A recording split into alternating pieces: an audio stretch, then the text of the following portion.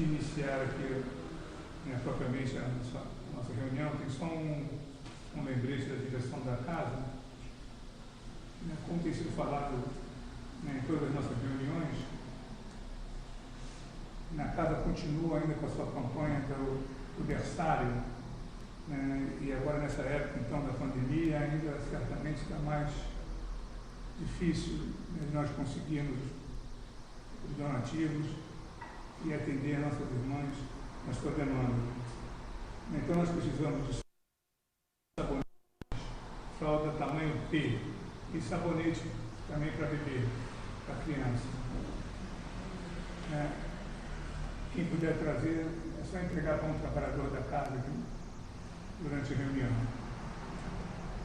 Obrigado, senhor.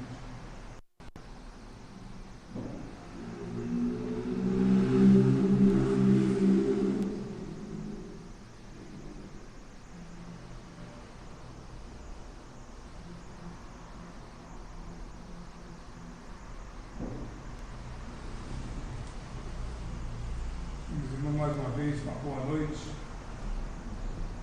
Que a paz de Deus e Jesus nos ilumine hoje e sempre. E vamos, meus irmãos, elevar o nosso pensamento a Deus, a Jesus, a fim de que a nossa reunião possa transcorrer em paz, em harmonia, em tranquilidade. Que meus irmãos possam deixar um bocadinho que seja confusão do dia a dia, um pouquinho de lado, para elevar o pensamento a Deus, a Jesus, Maria Santíssima, para que nos ilumine, que abra os nossos corações e as nossas mentes para os ensinamentos que chegam até nós, que possamos aproveitar o máximo possível esses ensinamentos que chegam até nós. Peço a meus irmãos também que emitam pensamentos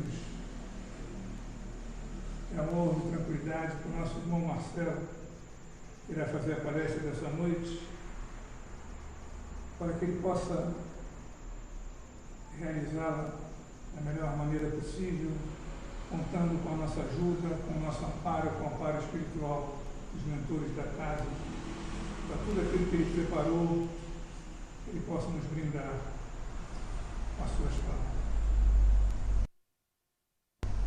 Que está no céu, santificado seja o vosso nome. Venha a nós o vosso reino, seja feita a vossa vontade, aqui na terra como no céu. O pão nosso de cada dia dá-nos hoje. Perdoa, Pai, nossas dívidas, na medida em que nós perdoamos aos nossos devedores, e não nos deixe cair em novas tentações, mas livra-nos de todos os males, porque teu é o reino, o poder e a glória para todos sempre. E assim seja. Graças a Deus.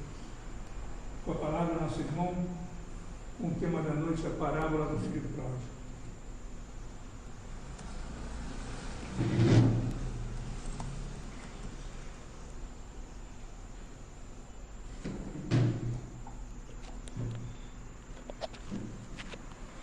Boa noite, irmãos. Nesse momento, então, vamos nos concentrar no tema da noite, que o tema da noite, o filho pródigo, é uma parábola das quais ela tem muitos ensinamentos. Então, para a gente poder absorvê-los da melhor forma possível, eu procurei a primeira parte da parábola, a segunda parte para a gente ver alguns conceitos e interpretações do que ela pode nos trazer e para a gente finalizar a palestra, a gente poder transformar os exemplos do que foi trazido na parábola para o nosso dia a dia, para que a gente possa colocar em prática os ensinamentos que o mestre nos trouxe. Essa noite seria a palestra do nosso irmão Pinheiro, com o tema Reforma Íntima, mas devido a questões pessoais ele não pôde comparecer e eu já estou adiantando esse tema que seria na semana que vem. Mas, como o tema da semana que vem é reforma íntima, então basicamente a gente vai estar introduzindo o tema reforma íntima, ou se viesse o tema da reforma íntima, esse tema seria complementar.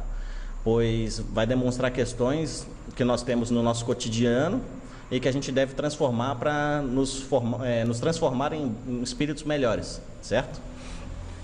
Então, vamos iniciar o capítulo 15, versículo 11 a 24, onde que se encontra essa parábola, que está na Bíblia, no livro de Lucas.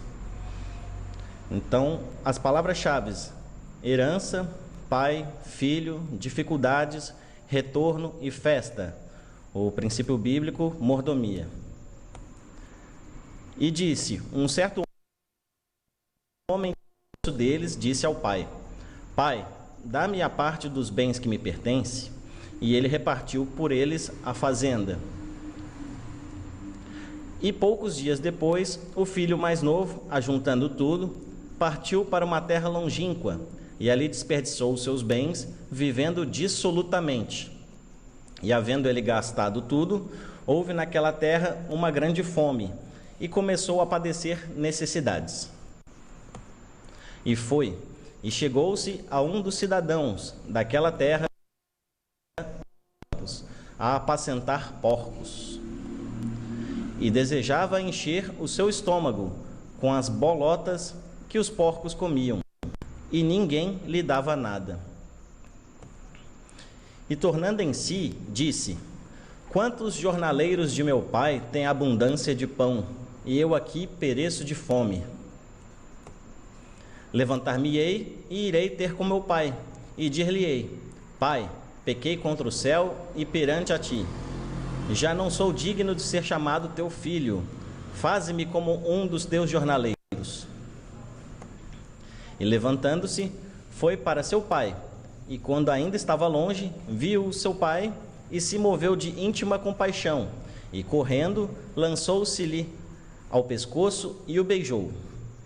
E o filho lhe disse: Pai, pequei contra o céu e perante ti, e já não sou digno de ser chamado teu filho.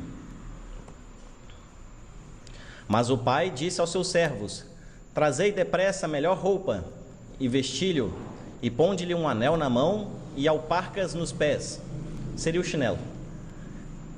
E trazei o bezerro cevado, e matai-o, e comamos e alegremo-nos. Porque este meu filho estava morto e reviveu, tinha-se perdido e foi achado, e começaram a alegrar-se.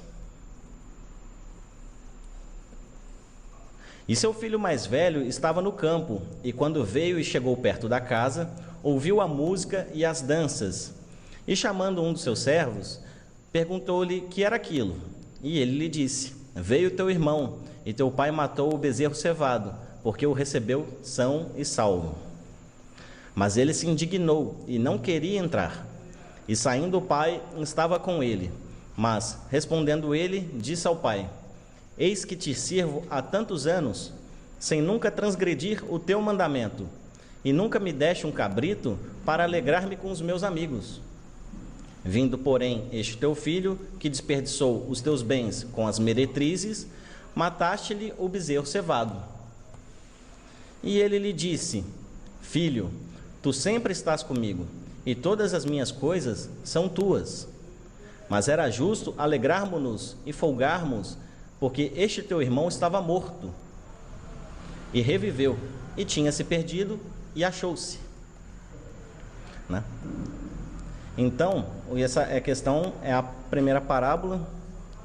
E agora vamos para a questão da interpretação do que é a parábola em si. O que pretendia Jesus ao proferir esta parábola? Vamos refletir agora? Por que tantas pessoas famosas usaram em suas prédicas? Né? O que ela contém de tão especial?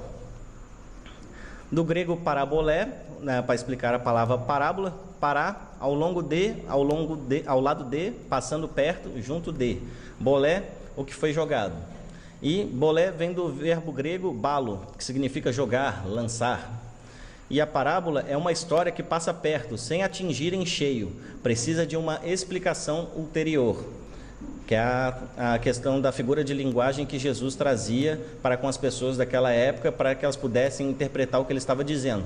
Se ele simplesmente trouxesse as leis universais, o povo daquela época não a entenderia, da mesma forma que até hoje a gente não entende. Então a gente precisa estudar bastante. pródigo, que despende mais do que é necessário ou conveniente, gastador, perdulário, dissipador, esbanjador. É isso que é a palavra pródigo. Prodigalidade, tendência particular da pessoa para despesas injustificadas e ruinosas, a qual pode conduzir, através de processo jurídico, a uma situação de incapacidade de exercício. Então, se a gente já interpreta as questões do que vem trazendo na parábola, a gente pode observar que isso ocorre no nosso cotidiano, né? Muitas vezes a gente falou na parábola basicamente de coisas materiais, mas a gente também pode transportá-la para as coisas espirituais. Mas de questão física, então, material, para que a gente possa absorver tranquilamente nesse primeiro momento. Quantas pessoas, provavelmente alguém já deve ter ouvido, né? O avô constrói, o pai mantém, o filho destrói, né? Ou a própria pessoa, quando cria, ela acha que ela já está num padrão tão alto que ela vai e destrói o que ela mesma construiu. Por essa questão de quê? De esbanjar, de querer gastar de qualquer forma, de não pensar no amanhã. E muitas vezes acaba na rua da amargura, com fome, sem casa, sem as necessidades básicas que a gente necessita para o corpo físico, certo? Então, essa questão que a gente tem que refletir. E daqui a pouco a gente faz também. Então, o que significa o país longínquo ao qual o filho pródigo foi? Representa o estado de alma daqueles que não querem ouvir a voz de Deus. São as pessoas que querem ficar distante das recriminações e ações de seus pais. Então, falar país longínquo, lá foi o filho pródigo. Nossos pais ficavam falando na nossa cabeça: não faz isso, não faz aquilo, um dia você vai se arrepender, o caminho não é esse, né? Ou aqueles que não tiveram pai, quem o orientou quando foi criança, a não ser que você tenha crescido na rua, né?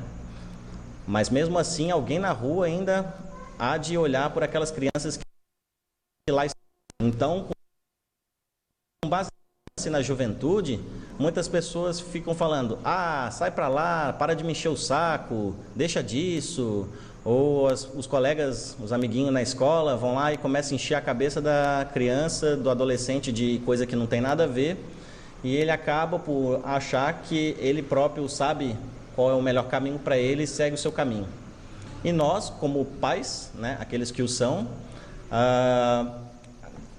como todo mundo tem o seu livre-arbítrio, e ele já está criado, a gente já fez a nossa parte ali até os seus 18 anos, ele quis sair de casa, a gente não tem como segurá-los, né? E a gente fala: vai meu filho, vai com Deus, boa sorte na sua vida.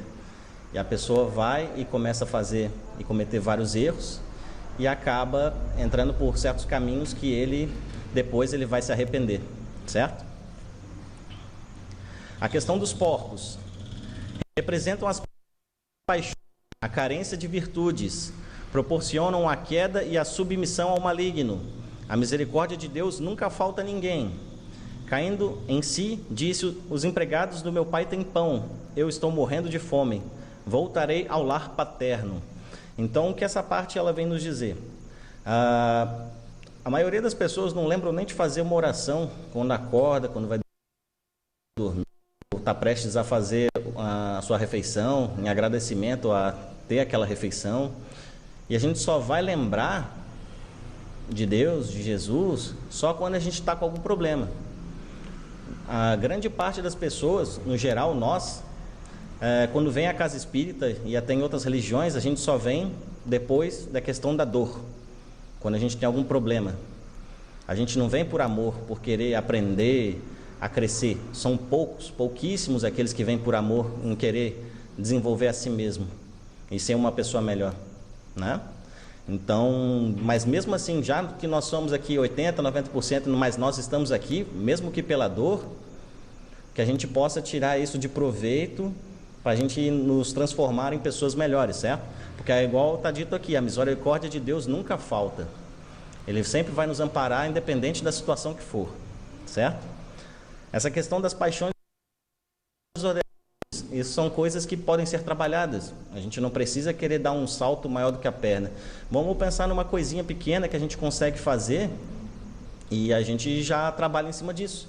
Por exemplo, essa semana passada, eu estava conversando com alguns pais que tem lá no prédio, lá junto comigo lá, e a gente percebeu que as crianças começaram a falar palavrão com 2 anos, 3 anos.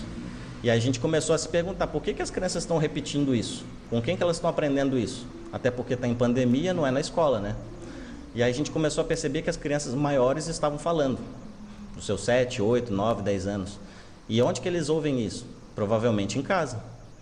Os pais, os irmãos, enfim, outros adultos ali, eles ficam ouvindo palavrão e um repete, o outro vai repetindo e vai aprendendo. Isso é uma coisa que pode ser trabalhada tranquilamente. Se a gente trabalhar o nosso vocabulário diariamente lá, é uma atitude que a gente corta o palavrão e simplesmente começa a falar de forma mais... Ah, isso é bom? É bom. Ninguém vai ver nenhum espírito superior falando palavrão. Então a gente já pode começar com essa questão que é bem simples, né?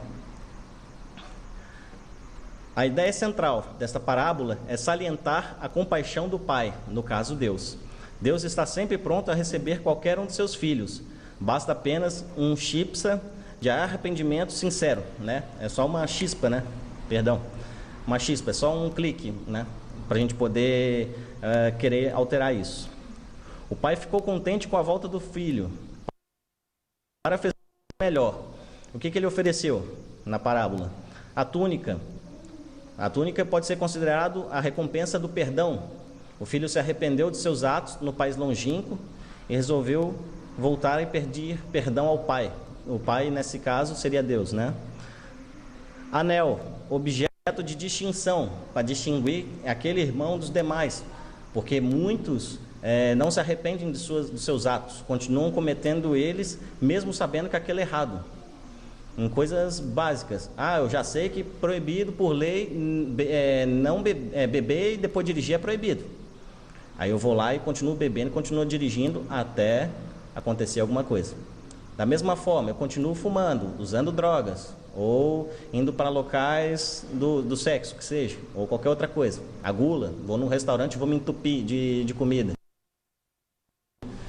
Prejudica o nosso corpo, mas mesmo assim a gente o mantém fazendo, consciente de que aquilo é errado, certo?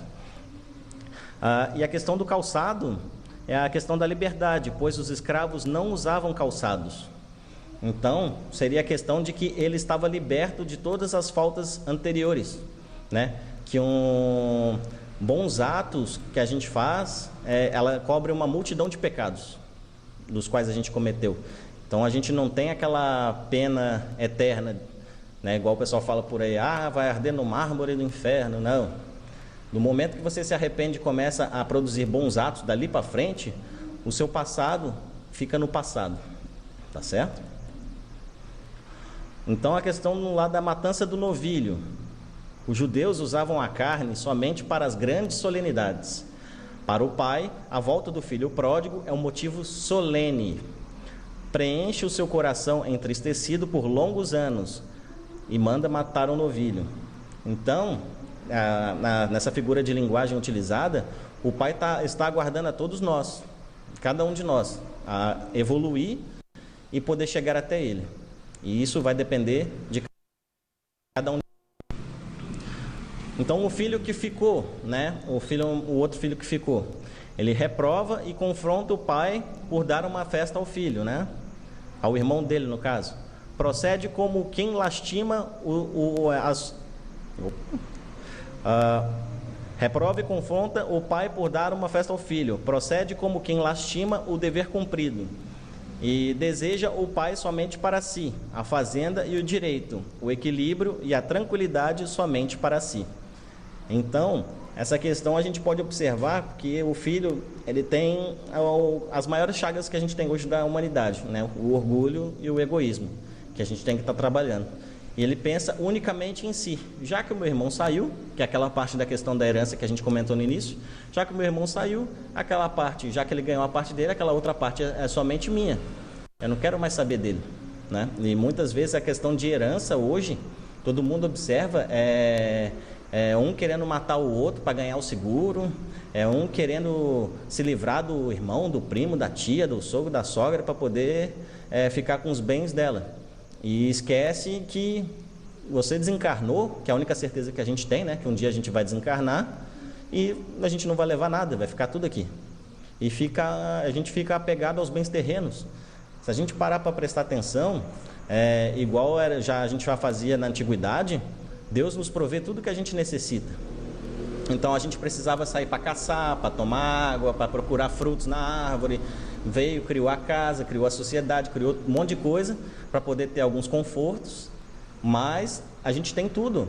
Os pássaros no céu, os animais na floresta, todo mundo tem o que necessita. Então a gente tem que pegar o que a gente necessita, não o soberbo, o que a gente não vai utilizar, só ficar acumulando. Quantos acumuladores sobre isso? De pessoas doentes por acumulação de coisas. A gente entra na casa da pessoa e não consegue nem andar direito. A gente se sente mal muitas vezes por entrar na casa de pessoas assim. E ela vai utilizar aquilo ali? Não vai. Mas aquilo ali é uma doença, então a gente tem que saber trabalhar isso, para que a pessoa se cure e possa viver normalmente, certo? Até o irmão retornar, tudo lhe corria contento, sendo o queridinho do pai. Ninguém percebia as suas sombras interiores. Bastou o irmão aparecer para extrapolar o seu rancor e o seu egoísmo. Não há nada oculto que não venha a ser conhecido. Então, muitas vezes a gente olha a pessoa e acha que ela é um santo, um anjo. Mas quando a gente menos espera, ela mostra quem ela realmente é. Que a gente vê também nas reportagens. E como é que era o fulano que matou o ciclano lá? Ele era um vizinho normal, fazia tudo, era um grande exemplo aqui para o pessoal do bairro. E não sei o que, e foi lá e matou, entendeu? Então a gente não conhece bem 100% as pessoas, por mais que a gente more com elas dentro da nossa própria casa, entende? Então a gente tem que ficar atento a essas questões, para que a gente possa aprender com os erros dessas pessoas, né? Então em cada parábola tenhamos à mente o seu poder de despertamento. Nesse caso, esse poder está associado à compaixão que todo pai deve ter para com seus filhos, sejam eles bons ou ruins. Lembremos-nos de que a paternidade também é uma missão. Então, a gente tem que lembrar disso. Muitas vezes, alguns terceirizam a educação de seus filhos. Acham que a escola é que vai ensinar e vai educar o seu filho. A escola vai educar o seu filho português, matemática, ciências, né?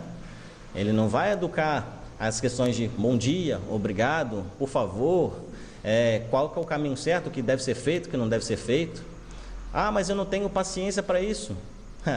A paternidade é uma escola para todo mundo. A gente não sabe, muitas vezes, com quem nós estamos lidando ali, que são os nossos filhos, porque graças ao véu do esquecimento, a cada reencarnação que a gente tem a oportunidade de não lembrar o que aquele irmão fez conosco ou nós fizemos para ele no passado, né? Então, o irmão que está ali nascendo ali, ele pode ter sido uma pessoa que te fez muita maldade, ou você fez a ele e você veio resgatar. Então, por isso que a gente tem algumas pessoas que são afins e outras pessoas que a gente não tem nada a ver dentro do nosso seio familiar.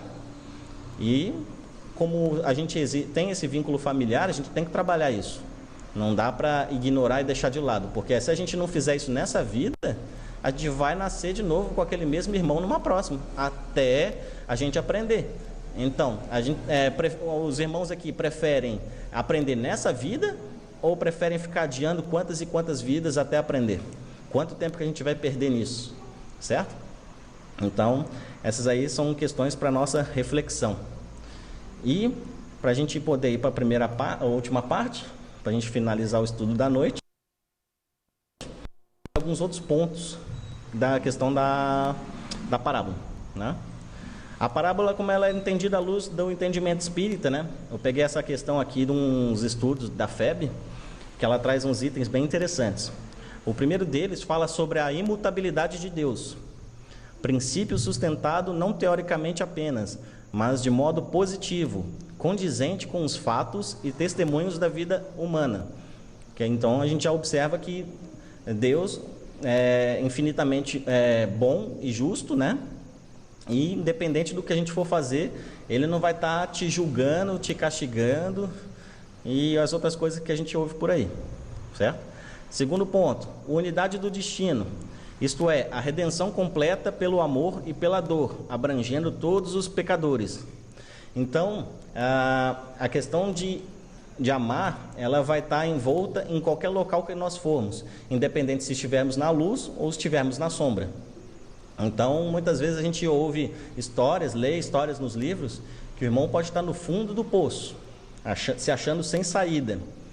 Mas a gente tem que parar, orar, ter fé e poder analisar que em volta da gente estão todas as opções que nós necessitamos para exatamente a gente sair do nosso poço e para a gente conseguir se reerguer, certo? Você precisa de um momento de luto, caso tenha um desencarne de alguma pessoa próxima. Você precisa de um tempo para você refletir, pensar. Você quer fazer uma caminhada no parque ou sair para algum local. Isso não tem problema nenhum. Essa é a nossa válvula de escape. A gente se acalma, se ambienta, esvazia a mente, pensa nas coisas e depois continua progredindo, certo? Terceiro item, a lei de causalidade, ou seja, de ação e reação, causas e efeitos, determinando em dado tempo o despertar das consciências adormecidas. Então, a questão de ação e reação é outro ponto que a gente tem das leis universais. Então, se a gente faz alguma coisa, com certeza vai ter uma reação daquilo. Então, se nós tivermos, receberemos maldade. Então, a gente tem que observar nossos pensamentos quando a gente pensa coisas negativas para o irmão. Que aquele cara se machuque, que ele vá parar na frente de um ônibus e que ele vá, independente do seu pensamento negativo, pense duas vezes, porque tudo que tu deseja para o outro pode voltar para si mesmo, certo? E também aquele irmão que acha que eu não vou correr atrás, não vou arregaçar minhas manguinhas para eu poder me desenvolver, vai vir a vida, né? Vamos utilizar esse termo, e nessas consciências adormecidas vai só um chicotinho, se mexe. E aprender com a vida é pior do que por nós mesmos, porque aí ela vai trazer tarefas mais árduas do que aquela que a gente poderia ter trabalhando por si próprios. Quarto item, a relatividade do livre-arbítrio, o qual não pode ser absoluto, a ponto de ser dado ao homem alterar os desígnios de Deus. Então, eu já tinha também trazido isso em um outro estudo, sobre as leis, lei de justiça, amor e caridade, lei de sociedade, outros temas. E quando a gente fala dessa questão do livre-arbítrio, nós temos na sociedade um limitador. A gente não pode sair e fazer o que a gente quiser aqui dentro agora, ou ali fora na rua. A gente temos leis e a gente tem que seguir elas, certo? Que são a lei dos homens, que a gente tem mais conhecimento. Mas também tem as leis de Deus. Dentre elas, o que a gente falou no item anterior, da ação e reação. Então, a gente tem que tomar cuidado com essa questão do que é o livre-arbítrio, certo? O quinto item, finalmente, a evolução individual dos seres racionais e conscientes, de cujo número o homem faz parte, processada no recesso íntimo das almas, livre e espontaneamente como lei natural e irrevogável. A evolução individual de cada uma depende de cada uma, como já foi, basta querermos, certo? Então, deixa eu pegar mais um item aqui. Então, vamos lá. Uma análise superficial do texto sugere que o jovem enfrentou sérias privações, toda de ordem material, aniquilou os bens da fazenda, né? Pegou e gastou em futilidades. Para sobreviver, precisou trabalhar para um dos cidadãos da terra, que foi o homem para o qual ele trabalhou, e depois ele teve até que comer a comida dos porcos. Como guardador de porcos, passou tanta fome que até desejou ingerir o alimento destinado aos porcos. Então, aqui nessa passagem, ele está falando que quase que ele desejou, que ele não comeu. Em outras passagens, outras leituras, eu já vi que ele comeu. Então, a gente tem que procurar ver, lá da origem, né, da Bíblia, qual que foi a interpretação e essa transcrição, né, na mudança de língua, se nada foi perdido. Ele comeu ou não comeu, né? Então, são questões que a gente tem que estudar para a interpretação dos textos evangélicos, tá? É óbvio que a parábola oculta ensinamentos transcendentais sob o véu do símbolo. Então, aquilo que eu falei lá no início, né? Se Jesus tivesse trazido nu e cru as leis universais, a população daquela época não entenderia nada. A questão da herança nós já comentamos, a grande fome. E vamos ver aqui. Quando o filho pródigo deliberou tornar aos braços paternos, resolveu levantar-se, sair da cova escura da ociosidade para o campo da ação regeneradora, erguer-se do chão frio da inércia para o calor do movimento reconstrutivo, elevar-se do vale da indecisão para a montanha do serviço edificante, fugir à treva e penetrar a luz, ausentar-se da posição negativa e absolver-se na reestruturação dos próprios ideais. Levantou-se e partiu. Então, quando a gente lembra de outra passagem do Evangelho, que é a porta estreita, a porta larga, vamos considerar aqui essa porta, uma porta menor, e a porta da qual entramos, uma porta larga, né? Então, a porta estreita, a porta larga. Se a gente for procurar passar, em tese, né? Mas a gente passaria aqui nesse caso, essa porta é mais difícil de passar, por ela ser estreita. E aí o pessoal, a maioria vai querer o quê? Se acontecer alguma emergência aqui dentro, vai querer correr pela porta larga, pela porta que ele entrou, pela porta conhecida. Então, essa questão dessa figura aqui, de linguagem dessas portas, ela já mostra para nós que a maioria de nós quer fazer sempre as mesmas coisas, manter os seus hábitos, manter as coisas erradas que faziam, e ninguém tem vontade, ou quase ninguém, né, tem aquela motivação de poder se melhorar para querer poder entrar pela porta estreita, que aí entra numa outra passagem que Jesus disse também. É mais fácil um elefante passar pelo buraco de uma agulha do que o camelo passar por um buraco de uma agulha do que entrar no reino dos céus. Quem que era a pessoa? Desculpa. O rico entrar no reino dos céus. Então, essas passagens, elas todas mostram de forma simples o que a gente vê no nosso dia a dia. Não adianta, no caso do rico, você dar do seu supérfluo, né? Aí entra na parábola, por exemplo, na passagem do óbolo da viúva, onde que a mulher, que só tinha uma moeda, ela colocou no gasofilácio que ela tinha, que era o vaso lá, onde que eles recolhiam o dinheiro dentro do templo, e o pessoal que estava passando por lá colocava um monte de dinheiro. E lá Jesus apontou para o pessoal que estava lá. Essa mulher depositou mais do que todos aqueles, porque todo mundo depositou do que tinha sobrando, e aquela deu a única coisa que tinha. Então, é essa questão que a gente tem que avaliar e poder trazer isso para o nosso dia a dia, certo? Então, para a gente poder encerrar, essa parte aqui é aquela parte do filho egoísta que a gente trouxe, né? No final. Sendo assim, guardemos este sábio conselho do benfeitor espiritual Emmanuel. Se te sentes ligado à esfera superior por teus atos e diretrizes, palavras e pensamentos, não te encarceres na vaidade de ser bom. Não te esqueças, em circunstância alguma, de que Deus é Pai de todos. Com Ele é para que estejas com Ele, ajudando os outros. Então, quando a gente falou daquele irmão que ficou, né? Que ficou ajudando o pai, a gente sabendo, nós temos conhecimento, nós somos pessoas boas, nós temos que colocar isso em prática, atender aqueles irmãos que não o têm, essa bondade, ou que não são e que precisam de crescimento. Então a gente tem que arregaçar as mangas e ir lá fora e ajudar indistintamente, por amor, independente da situação. Se for só uma situação de bens materiais, que a gente possa fornecer agasalho para quem passa frio, comida para quem passa fome, mas também de atenção, porque muitas das vezes aqueles irmãos, eles já ganham a comida, a água ali do lojista próximo, de onde eles estão, mas ele quer que você pare e preste atenção nele, dê um bom dia, converse com ele, saiba que ele está ali, que ele é um ser humano igual a ti. E as pessoas passam do lado correndo com medo, como se aquela pessoa não existisse, certo? Então, de tudo isso que a gente tinha para falar, a gente tinha muito mais coisa, mas devido ao nosso tempo, eu tenho que encerrar a nossa palestra, tá certo?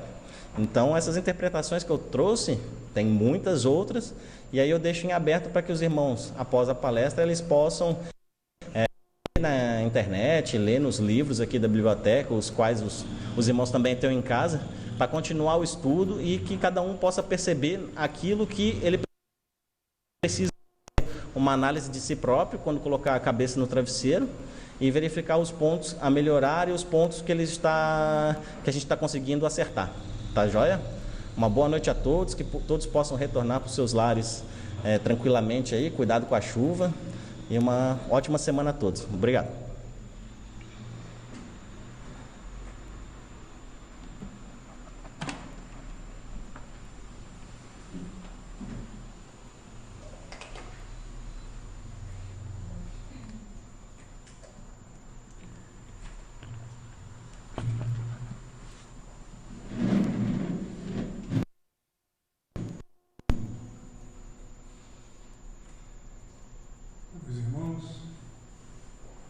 Temos que agradecer ao nosso companheiro Marcelo pelas palavras, pelos ensinamentos que ele nos trouxe essa noite.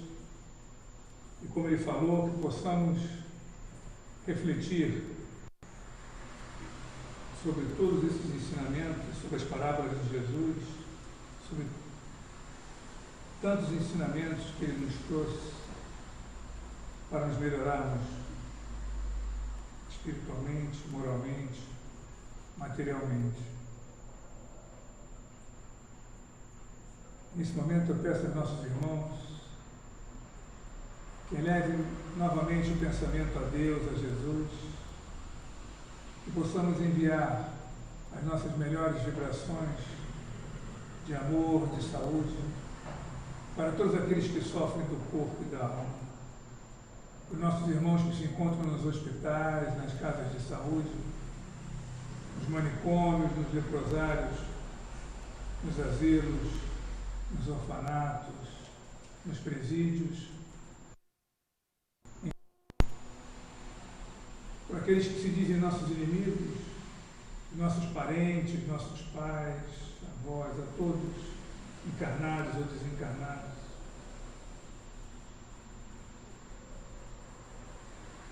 Também elevamos os nossos pensamentos a Deus, pedindo orientação para os dirigentes do nosso país, de todos os países, esses irmãos, de posse desses encargos imensos que trouxeram para essa encarnação, que eles possam estar abertos às intuições que recebem da espiritualidade superior e que possam trabalhar verdadeiramente para o crescimento das nossas nações. Nós agradecemos a Deus, a Jesus, a espiritualidade amiga, a espiritualidade superior, pela oportunidade de estarmos aqui hoje em busca do conhecimento. Agradecemos por tudo e que possamos voltar aos nossos lares, na paz de Deus e de Jesus. Pai nosso que estás nos céus, santificado seja o vosso nome. Venha a nós o vosso reino, seja feita, Senhor, a vossa vontade, aqui na terra como nos céus. O pão nosso de cada dia dá-nos hoje.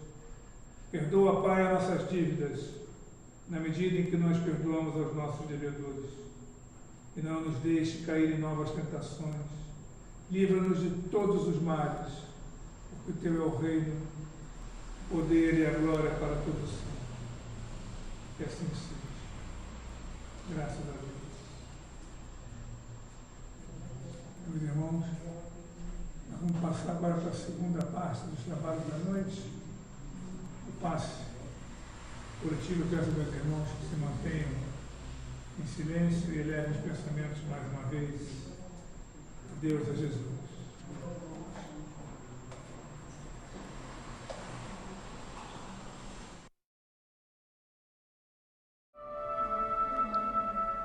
Queridos irmãos, o que seria o passe? O passe tem a finalidade de auxiliar a recuperação das nossas energias físicas, mentais e espirituais. Durante o passe, há troca de energias físicas, mentais e espirituais. guiadas pelo sentimento do amor, trazendo equilíbrio dos pensamentos e das emoções, restabelecendo a nossa harmonia interior. Nesse instante, queridos irmãos, vamos daqui e dos nossos lares fechar os nossos olhos, respirar lenta e profundamente, esquecendo-nos de tudo o que se passou conosco neste dia, nossas preocupações, nossas atribulações, colocando tudo nas mãos de Jesus e de Deus.